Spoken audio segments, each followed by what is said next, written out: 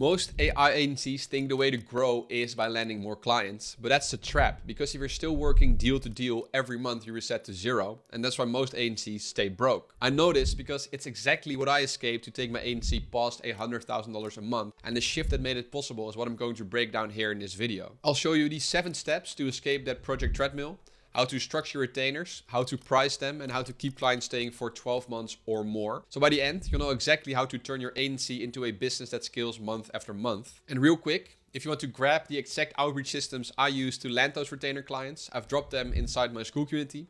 You'll find the link down in the description below. All right, now let's kick it off with step number 1. Understanding why one-off projects keep you stuck. On the surface, projects look great. Quick money, clear deliverables, done and dusted. But the moment they end, you're back at zero. There's no momentum, no compounding, just constant chasing. And that's exactly why so many agency owners feel like they're sprinting every month, but never really moving forward. Let me quickly break down the math to show you how brutal it gets. Imagine you land a $5,000 project in January. You feel amazing, obviously, but unless you immediately line up another, February drops you right back to nothing. Compare that to a client on a 3K retainer. It might look smaller up front, but when that month stacks month after month, by March, you've already doubled what your one-off project gave you without reselling yourself another time. And that's the treadmill versus the machine. The real pain isn't just financial, it's also psychological.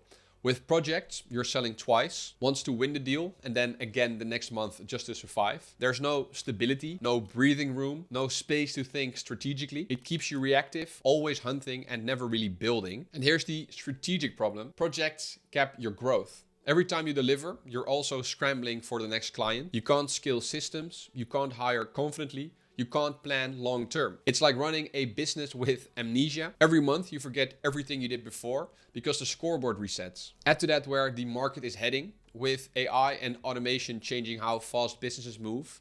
Clients expect ongoing support and optimization. A one-off project feels outdated when problems evolve every single week. Agencies built only on projects aren't just unstable, they're becoming irrelevant. One-off projects don't just drain your energy, they reset you to zero every month. Financially, mentally, strategically. It's the same cycle on repeat. And until you change how you package and price your work, nothing really shifts. And that brings us to step number 2, evolving your pricing model. Because the way you charge for your work is the lever that either keeps you stuck in that cycle or finally pulls you out of it. Most agencies start with performance deals, and it makes sense. They're the easiest to sell. You tell the client, if I don't deliver, you don't pay. So from their perspective, it's risk-free. But from your side, it's quite a gamble. Because if something outside your control shifts, a bad offer, slow decision maker, a market dip, you can pour hours and hours and still walk away with nothing. It feels like you're building, but really you're just spinning that roulette wheel. And from there, many agencies graduate to projects. On paper, projects look safer, clear scope, clear timeline, clear payout.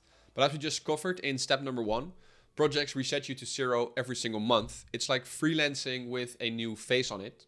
You deliver, you get paid, and then you're back hunting again. The real unlock comes when you evolve into retainers. A retainer shifts you from transactional work to compounding value. Instead of rolling dice on performance or sprinting after the next project, you're stacking predictable revenue month after month.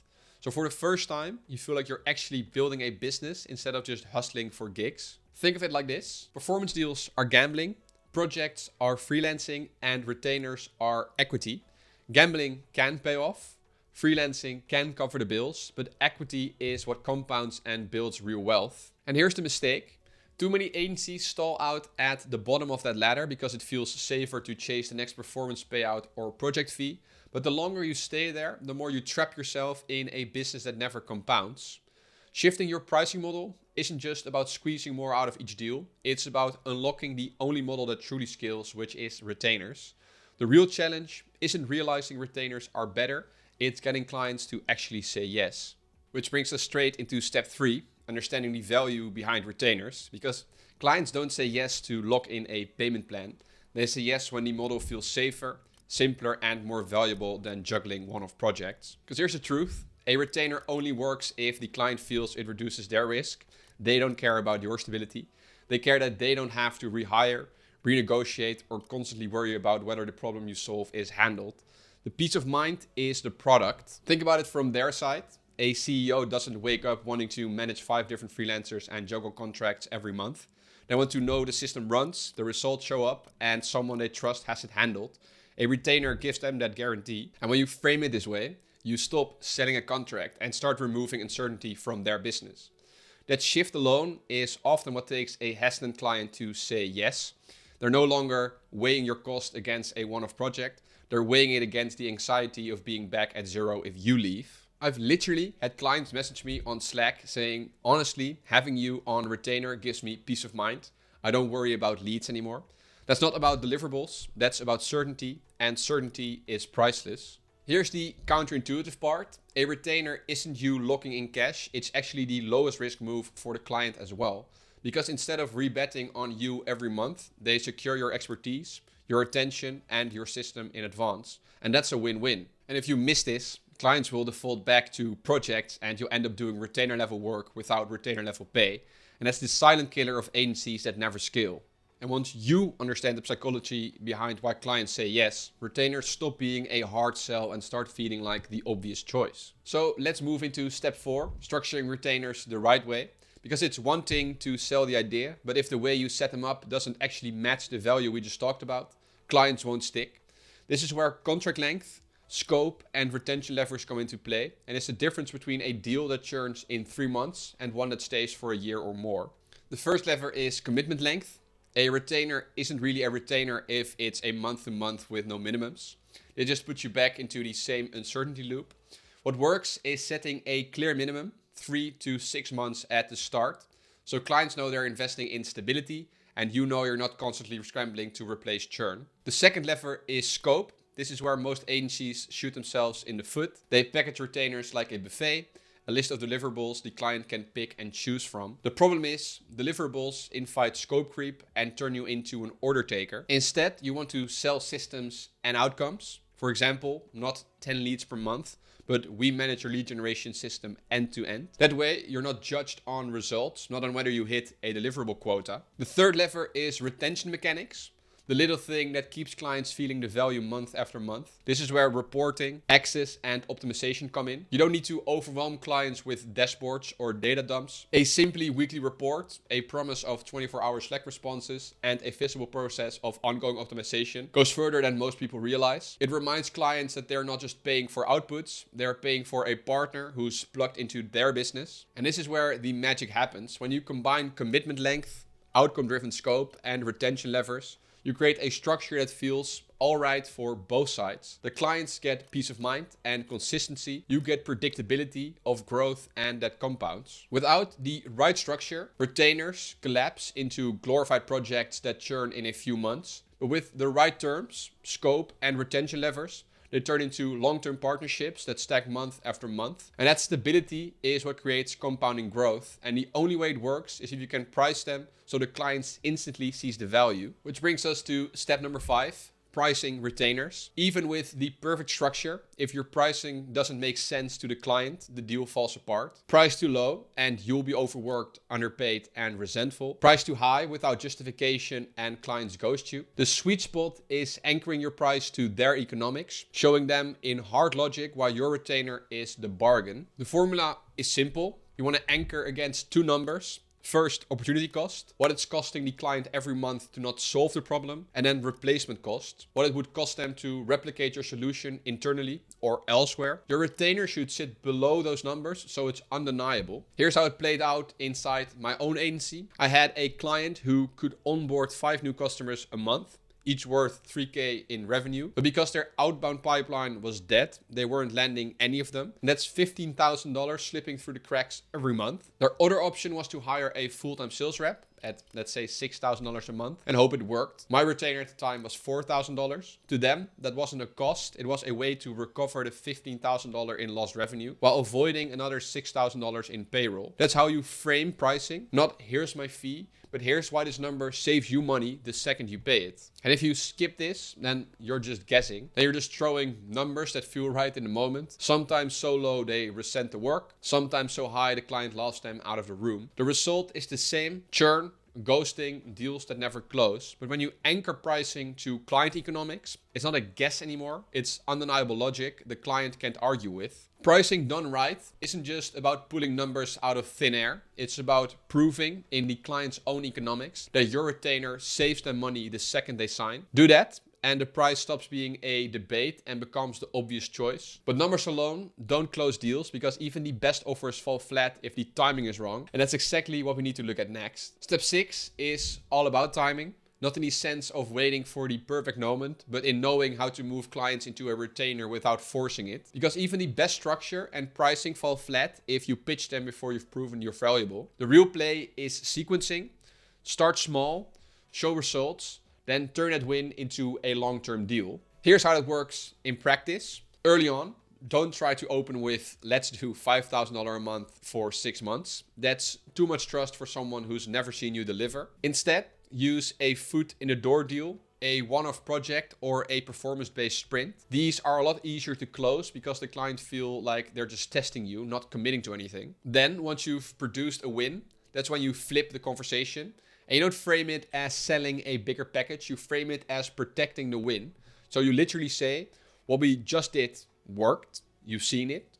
A retainer makes sure it doesn't stop and these results keep on happening for you. That switch alone is what turned a bunch of 1 month outbound sprints in my agency into 4K monthly retainers. The clients came in skeptical, willing to just pay for a test. But when the test booked them meetings and drove revenue, I didn't pitch the retainer as more money. I pitched it as insurance, locking in the system so the results kept flowing. And that's when the risk disappears because they've already seen the reward.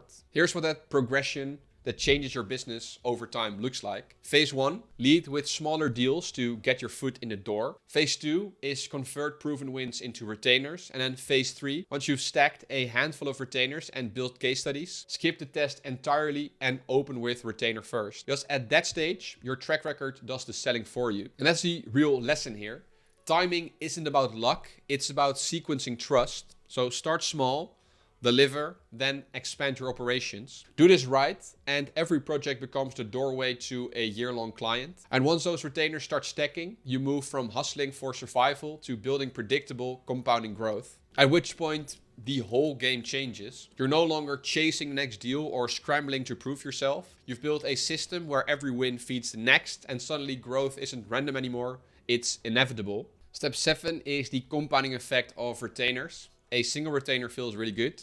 2 or 3 give you some stability. But when you stack 5, 6, 10 at once, you realize it's not just about revenue anymore. It's about momentum. Every month, cash flow, confidence, and opportunity stack on top of each other until your business takes on a life of its own. Here's why this is so powerful. Projects and performance deals reset you to 0 every month. Retainers don't. They stack. And that's the difference between survival and freedom.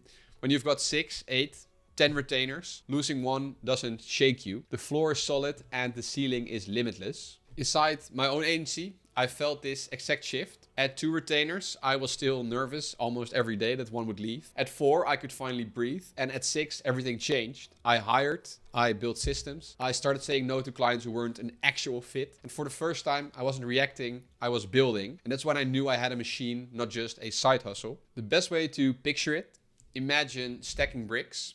1 brick does nothing, 2 or 3 is shaky, but stack enough of them and suddenly it's unshakable, strong enough to build a wall, strong enough to build a house. Retainers are those bricks. And once they stack high enough, your business stops feeling fragile and starts feeling inevitable. And that's the real unlock of retainers. Once they start compounding, you're not guessing, you're not scrambling. You're stacking stability into momentum and momentum into freedom. So let's zoom out for a second. We've just walked you through the full system, step by step. And now you can see how every piece connects. To make this land, let's recap the 7 steps that take you from the one-off project treadmill and into a business that scales month after month. It all started with step number 1, breaking free from one-off projects. They look good in the moment, but they reset you to 0 every month. Step number 2, evolving your pricing model. Performance deals and projects keep you hustling. Retainers are the first model that actually scales. Step 3, the psychology of why clients say yes. A retainer isn't about locking in cash, it's about them locking in certainty. And then step 4, structuring retainers the right way. Length, scope and retention levers turn deals from fragile to compounding. Step 5, pricing anchored to client economics. It's very important not to guess, showing hard numbers while your retainer saves them money the second they sign. Step 6 is timing your move. Start with performance or projects to get your foot in the door. Prove results, then flip those wins into retainers. And finally, step 7, the compounding effect. Retainers stacked month after month transform your agency from a hustle into an actual machine. That is the system. 7 steps that shift you from chasing the next gig to stacking predictable growth. And this is the aha moment. Projects might pay once, but retainers build a business. Follow this path and you don't just survive month to month. You build something that compounds, something that actually lasts. But here's the only catch. Everything I just told you only works if you've got clients to run it on. Without a pipeline, retainers are just theory. And that's why inside my school community, I give you the exact outreach systems and automations I use to book meetings on Autopilot. Plug them in and getting clients stops being your bottleneck. The link's in the description. Go check it out now and I'll see you guys inside.